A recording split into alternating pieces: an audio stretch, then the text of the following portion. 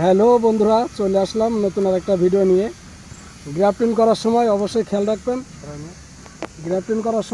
খেয়াল রাখবেন এই যে গাছটা মাথাতে কেটে এইভাবে ফাড়তে হবে মাঝখান থেকে ফিরে। আপনি যে গাছের ইয়ে করবেন, জাত করবেন, সেই গাছের একটা ডাল নিয়ে আসবেন। এই যে এমন একটা ডাল নিয়ে আসবেন, সেই গাছের ডালটা এনে ডালটার দুই পাশ থেকে এইভাবে সুন্দরভাবে কাটবেন। এক পাশে বেশি আর এক পাশে হলো কম। এই যে এক পাশে বেশি আর এক পাশে কম। এই কম পিঠটা দেবেন বাইরে, কম পিঠটা বাইরে আর বেশি কাটা পিঠটা ভেতরে দিয়ে সুন্দর করে দিয়ে এবার একটা কাগজ দিয়ে সুন্দরভাবে জড়াই দেবেন, যেন হাওয়া বাতাস কোনো ফাঁকা না থাকে, হাওয়া বাতাস না লাগে। এইভাবে সুন্দরভাবে জড়াই দেবেন, গাছ হয়ে যাবে। আশা করি সবাই বুঝতে পেরেছেন। ভালো থাকবেন, সুস্থ থাকবেন, সাথেই থাকবেন।